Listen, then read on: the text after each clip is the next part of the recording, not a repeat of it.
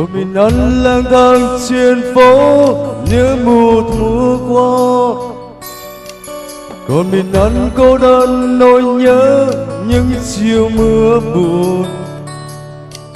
Anh nhớ em mùa thu đầy nắng, anh nhớ em từng đêm mưa trắng lòng anh. Đừng vội quên bao nhiêu yêu dấu tháng ngày bên nhau. Từng nụ hôn ta trao khi đó biết giờ nơi nào.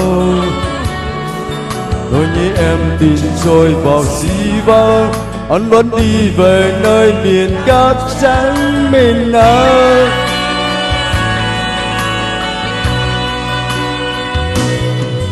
Đừng vội xa em ơi, khi tình yêu luôn còn một mình anh lang thang nghe tháng năm qua bên đời. Hãy nhớ lại từng nụ hôn khi xưa và hãy nhớ lại những tháng năm bên người. Người yêu ơi, giờ chia xa mãi mãi. Thà mình chia tay nhau khi tình yêu không còn, giọt tình rơi bên yên ôm lấy con tim ưu phiền. Hãy cho em từng bàn chân em qua, đừng có tiếc ôm những giấc mơ qua rồi. Mình ăn lang thang miền cát trắng mình ăn.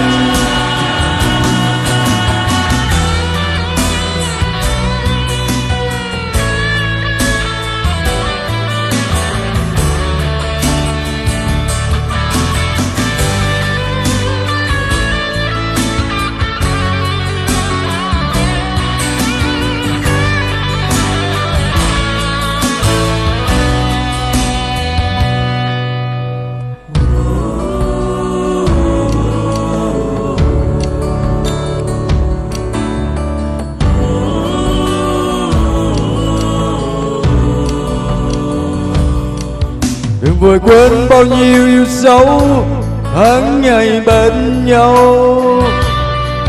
Từng nụ hôn ta trao khi đó biết giờ nơi nào. Ôi nhớ em tin trôi vào dĩ vãng, anh vẫn đi về nơi miền cát trắng mình ơi.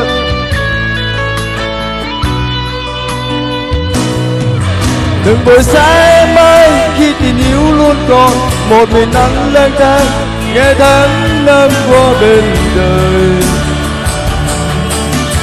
Hãy nhớ lại từng nụ hôn khi xưa và hãy nhớ lại những tháng năm bên người. Người yêu ơi, giờ chỉ xa mãi mãi. Thà mình chia tay nhau khi tình yêu không còn, giọt tình rơi bên yên ôm lấy con tim ưu phiền. Hãy cho em từng bàn chân em qua, đừng có nuối tiếc những giấc mơ qua rồi. Mình ăn lang thang miền cát trắng mình ơi. Đừng vội xa em ơi, khi tình yêu luôn còn một mình anh lang thang nghe tháng năm qua bên đời. Hãy nhớ lại từng nụ hôn khi xưa và hãy nhớ lại những tháng năm bên người. Người yêu ơi, giờ chỉ xa mãi mãi.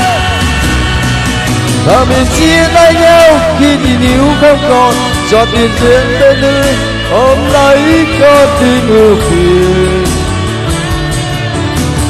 Hãy cho em từng bàn chân em qua, đừng có nói đi những giấc mơ qua rồi. Miền ăn lang thang miền cát trắng mình ăn.